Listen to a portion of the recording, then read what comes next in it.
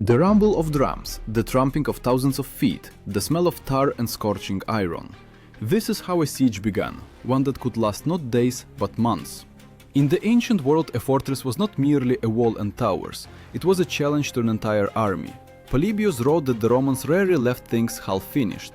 If they surrounded a city, they prepared either to wipe it off the face of the earth or to turn it into part of their empire. But here's the main question: how exactly did they take those walls that seemed impregnable? And what was their most terrible weapon, rams and ladders or the iron discipline of men? The answer lies deeper, and by the end of this story we will approach a discovery that will make everyone think about their own endurance. Before deploying an assault, the Romans conducted what can be called an operation of complete bleeding out of the enemy. They cut off roads, burned fields, and blocked water supply. Appian noted, the main goal was not only to physically weaken the defenders, but also to morally exhaust them. War turned into waiting, long, grueling, where each day behind the walls became torture. Enormous mounds of earth and stone grew at the walls like artificial hills. These mounds were called agar. Essentially, these were temporary roads leading directly to the enemy's towers. Imagine a hill the height of a 5-story building that day by day advanced on your walls. The Roman legions were in no hurry. They turned the very terrain into a weapon. To command such actions, a legate was appointed, a trusted person of the commander. The legate didn't simply give orders, he kept the entire picture of the siege in mind. Who was digging ditches, who was guarding the formation, who was preparing the machines. His task, not to let a single cog of the enormous military machine stop. Archaeological excavations in Numantia, a Spanish fortress besieged by the Romans in the 2nd century BC, revealed the remains of these earthen ramparts. Stones piled into enormous mounds lie there even today, as a silent monument to the systematic pressure that turned proud defense into silence. But walls are only the beginning. The real drama of siegecraft lay not in iron, but in how the Romans turned every little thing into a weapon. Even hunger, even silence. When supplies ran out behind the fortress walls, each day became a needle in the heart of the defenders. And outside, the legionaries stood silently, building camps with geometric precision as if time itself worked for them. And here a question arises. Is it possible to defeat an enemy almost without raising a sword? Or was everything decided by that minute when the Romans went at the walls in their famous living armor? The answer lies in the tactics we will see in the next episode of this siege. When the walls still held, the Romans moved to the second phase, preparation for assault. This was not a chaotic collection of random actions. Everything was built on strict calculation and discipline. Plutarch wrote, Rome's strength lay not only in the bravery of its warriors, but also in their ability to prepare victory. The army transformed into an engineering corps, where each soldier knew how to dig a trench, erect a tower, or haul heavy beams for battering rams. One of the main tools were enormous wooden towers that gradually moved closer to the walls. These mobile fortresses were called turis. Imagine a multi-story behemoth on wheels, covered with fresh animal hides to protect it from fire. Inside stood ballista, firing stone projectiles, and from above archers released a hail of arrows. For the defenders it was like seeing an approaching house full of death, moving slowly but relentlessly. To bring such machines closer to the fortress, legionaries built platforms and embankments. Work went on day and night. A centurion ensured that each century of soldiers fulfilled their quota. If a man slacked off, punishment was immediate. Discipline here was more important than strength. The lives of those in the tower depended on how evenly the logs and stones were laid. The Romans knew, before striking head-on, you must exhaust the opponent. For this, they erected continuous lines of fortifications around the fortress. These fortifications were called circumvallation. Imagine a city that found itself in a cage. No way out, no provisions to get, help from outside cannot break through. This was a closed circle, and the longer it tightened, the faster the spirit of the defenders broke. Excavations near Alesia in France, where Julius Caesar surrounded the forces of Vercingetorix, revealed the remains of these lines. Trenches, embankments, remains of palisades. Archaeologists even found sharpened stakes with which the Romans studded the ground so the enemy could not break through. All this confirms The Romans prepared victory the way a chess player builds a trap dozens of moves ahead. The rations of the warriors were also part of this strategy. Legionaries ate mainly wheat, from which they prepared porridge or flatbreads, as well as beans and meat if it was in the supply train. The daily grain ration was about 1 kilogram. This supply soldiers often carried themselves. Together with weapons and armor, the weight could reach 40 kilograms. Think about it. The assault army was also an army of porters who moved together with their siege machine. For coordinating actions, signals were used: trumpets, horns, banners. A tribune, one of the senior officers, was responsible for the orderly transmission of these signals. In the chaos of construction and preparation, it was he who turned noise into a controlled symphony. One trumpet sound, and thousands of people knew it was time to dig. Another, that they needed to line up to guard the works. But all this preparation had another side. Behind the fortress walls, residents heard the rumble of hammers, the crack of locks, the hum of wheels. This was the sound of slowly approaching doom. No randomness, only step by step, the advancing war machine. And it was precisely this silence, interspersed with the rumble of siege machines, that broke the spirit of the defenders faster than arrows. Thus a scene was created where every detail was calculated. The ground beneath the enemy's feet turned into a weapon, their food into weakness, their hope for help into emptiness. But the storm itself was only just gathering. At the moment when the towers moved in close, the real hell began, where rams thundered and walls collapsed. The strike against the walls began not suddenly, but like the long-awaited final chord of an enormous symphony. When the embankments were brought up, the towers ready, the encirclement lines closed, then the main weapon came into play: battering rams. These monstrous beams with iron tips the Romans called aries. The word itself meant ram, because with their strike they truly resembled a powerful blow with horns. The defenders knew, if an aries stood by the wall, then each minute could be the last for their city. To cover the ram, the Romans erected special wooden shelters on wheels, covered with wet hides. These mobile canopies were called testudine arietes. Under them, dozens of men swung a heavy beam and with rhythmic blows crashed into the masonry. The sound was more terrible than the destruction itself, a dull, rolling thunder as if the earth itself shuddered. For the defenders, this was a signal of the end. But the main image that ancient authors remembered was the tortoise. The battle formation of legionaries, when warriors closed their shields overhead and on the sides, was called testudo. From the outside it looked like an enormous living armor, under which men moved forward slowly but unstoppably. Archers on the walls released arrow after arrow, rolled down burning logs and stones, but arrows bounced off and fire died on the shields. Under such a roof, soldiers moved ladders up to the walls or covered engineers working at the base. It was precisely this living armor that became the symbol of Roman training. Polybius wrote, "No people could compare with the Romans in their ability to use collective effort. Each warrior was not an individual, but part of a mechanism." Think about it. You stand in cramped quarters, in armor weighing 20 kilograms, with a shield another 10 or so. Above you, tar is pouring and stones are flying. And all that is required of you, not to flinch, not to raise your head, not to break formation. This is precisely what legionaries endured. The defenders tried to respond. They built wooden canopies over the walls, a kind of visor, to knock down ladders, poured boiling water and oil. Some sources mention even the use of burning tar, but against discipline this often proved ineffective. The Romans prepared wet hides for protection in advance, sand for extinguishing fire, tools for undermining. Undermining, another element of assault. Roman sappers, who were called fossores, dug passages under the walls to collapse the towers. They propped up the vaults with wooden beams, doused them with tar, and set them on fire. When the beams burned through, the walls settled and cracked. Appian described how entire sections of fortifications fell from such actions, opening a breach for attack. All these elements were coordinated by the commander on the ground, a centurion. He was in the very thick of events alongside his men. His task was simple and terrible at the same time: to lead forward, even if half the soldiers around had already died. In the Roman army, a centurion was more than an officer.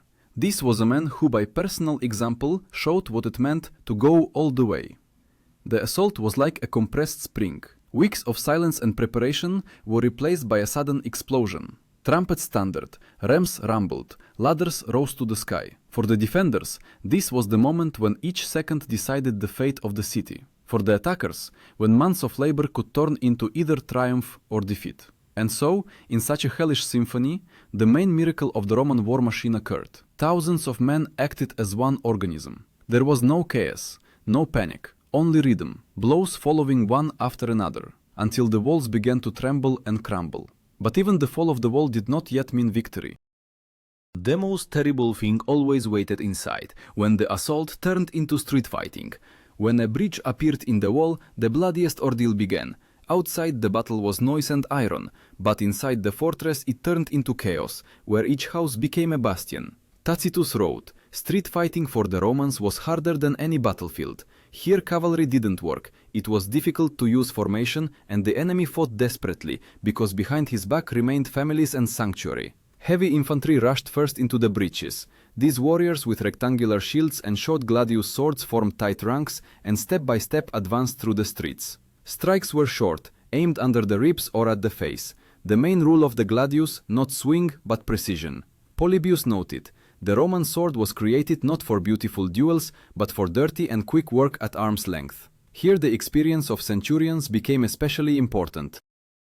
Each centurion led about 80 soldiers into battle.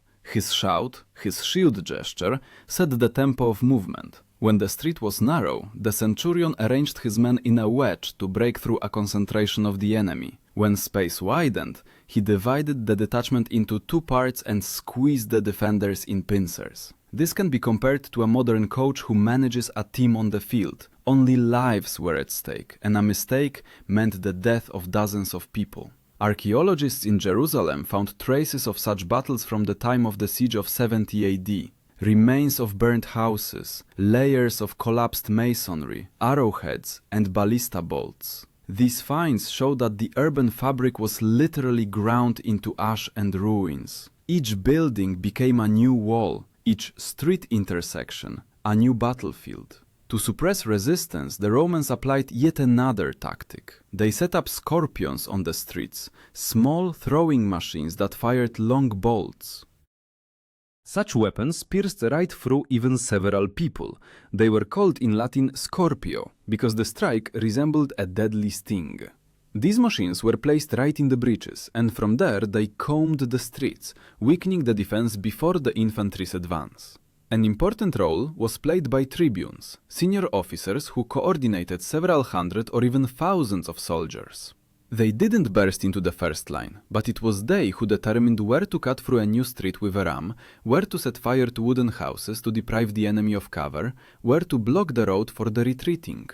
Their work was cold and calculated, like a strategy game, only the pieces were living people. The noise of battle inside the fortress was described by ancient authors as a hellish mixture. The grinding of swords, the clang of shields, the screams of the dying, the roar of trumpets. To this was added the smell of burning tar and wood, ash that settled on faces. For a modern person, this can be compared to footage of destroyed quarters in disaster films, but then there was no cinema, only reality, in which each street resembled ruins after an earthquake. For legionaries, this was a moment of supreme tension. No discipline could fully protect against the chaos of street fighting. Therefore, simple but effective signals were in use. A raised banner meant hold formation, the sound of a horn, move forward. Even in smoke and darkness, these signals gave order where chaos reigned. And yet, despite the cruelty and blood, for the Romans the street assault was a necessary stage, proving not only their military might, but also their fortitude of spirit. When a city fell, the next, even more dramatic part began, the decision of what to do with the defeated. Wipe them off the face of the earth or turn them into subjects of Rome. And this decision became the true denouement of the entire siege. When the walls collapsed and street fighting came to an end, the Romans faced the main question: what to do with the city? There was no single rule here. Livy wrote that the fate of the besieged depended on the will of the commander and on how long and stubbornly they resisted. Sometimes residents were spared and turned into allies, sometimes sold into slavery, and sometimes the city was wiped off the face of the earth so that it would become a lesson for the rest. One of the most striking examples was the Carthaginian War. In 146 BC, after a 3-year siege, the Romans burst into Carthage. Appian described that for 6 days street fighting went on. Each house became a fortress, and the defenders fought to the last. On the 7th day, the city was taken, and then a terrible decision followed. Carthage was burned, and its inhabitants, about 50,000 people, were sold into slavery.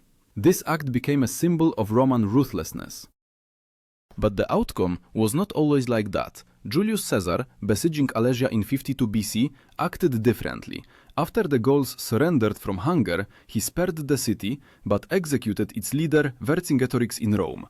Thus, the Romans showed that they were ready to spare those who submitted, but never forgave those who challenged them. An important role at this stage was played by the prefect of the camp, an officer who was responsible for order and distribution of spoils. After the fall of the city, it was he who ensured that property was divided according to established norms. Each soldier received his share, but a significant portion of the riches went to the treasury and for the triumph of the commander. For legionaries, this was a material incentive, the knowledge that for long months of hunger and labor, they would receive a reward. Archaeological findings confirm the scale of destruction. In the layers of Carthage and Corinth burned by the Romans, archaeologists find thick layers of ash and charred wood.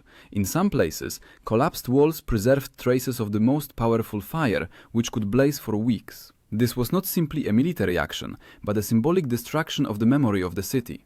But along with cruelty, there existed another motive. The Romans knew how to use fear.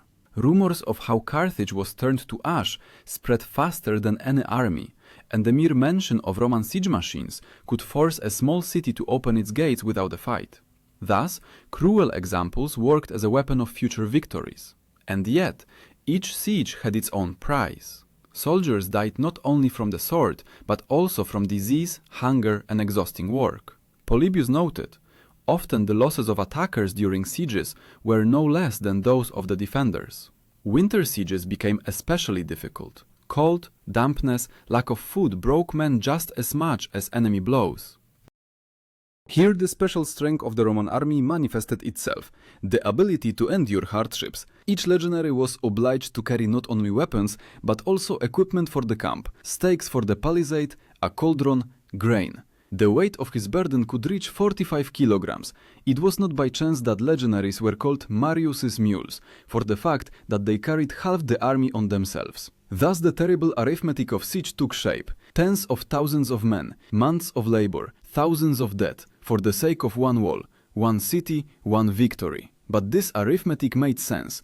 Each taken city strengthened the Roman Empire, made it not simply stronger, but a terrifying force that no one wanted to challenge. However, the final question always remained unchanged. How far can a man go for the sake of victory? And where does the line run between discipline and cruelty, between valor and destruction? The finale of any Roman siege was not only a military victory, but also an act of political theater. A city that fell became a symbol. Its fate turned into a lesson for neighbors and, for soldiers, into proof of their endurance and strength. Plutarch wrote, "No people could hold a siege as long and stubbornly as the Romans. Their secret was not in one weapon or technique, but in the combination of engineering, discipline, and iron will."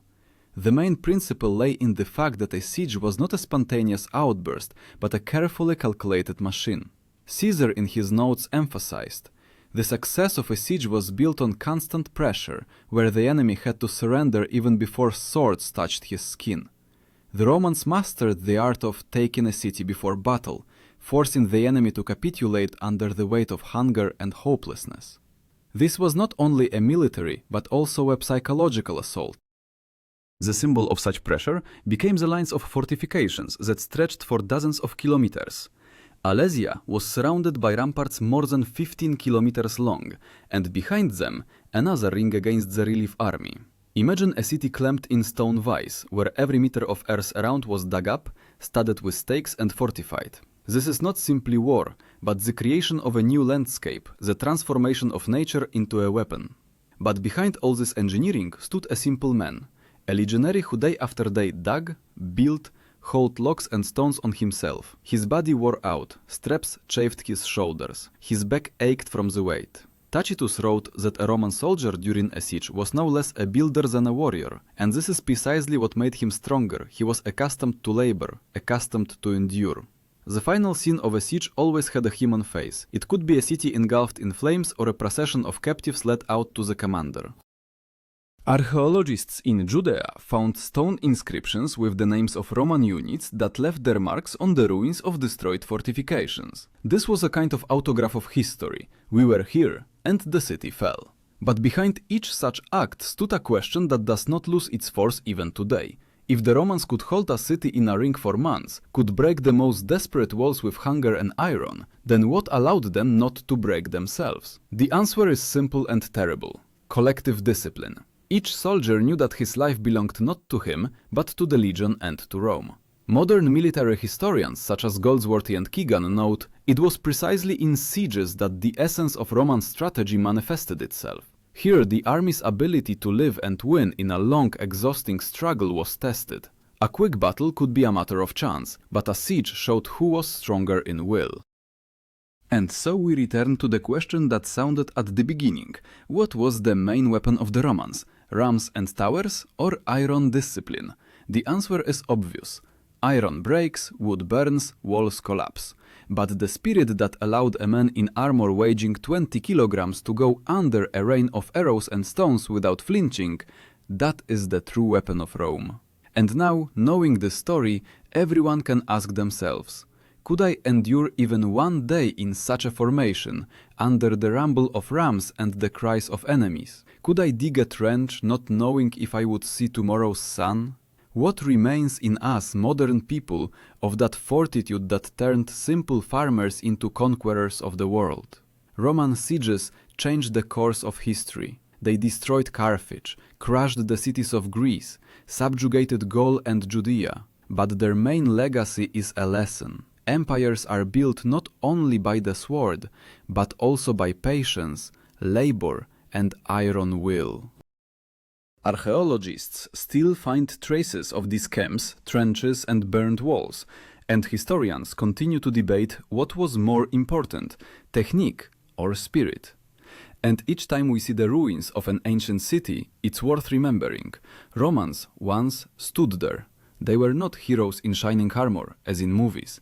They were ordinary people who step by step, blow by blow, proved that human endurance is capable of breaking even stone. And the question that remains for us, if fate depended on us, would we have enough of that very will that helped Rome take impregnable fortresses?